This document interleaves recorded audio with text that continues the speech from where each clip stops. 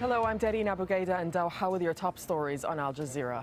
A new UN report on Syria has just been released. And after conducting hundreds of interviews, UN investigators say there are, quote, reasonable grounds to believe a limited amount of chemical weapons have been used.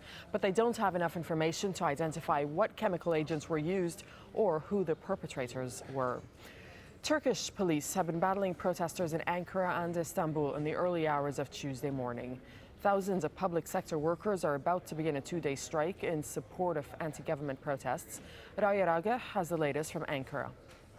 Politically, efforts continue to try to contain the crisis. The Prime Minister, the Deputy Prime Minister and the President, both of whom have had a much conciliatory tone than Prime Minister Erdogan, are holding a meeting in Ankara later today to discuss a way out of the crisis. Once again, it remains to be seen if these political efforts will have an impact on protesters who have been complaining that most of these politicians are growing and increasingly irrelevant, and that this is not about any political settlement anymore, but about ensuring that their voices and that their demands are heard.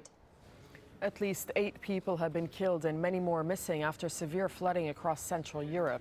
Heavy rainfall and rising waters have left thousands of people displaced, and a state of emergency has been declared in several regions.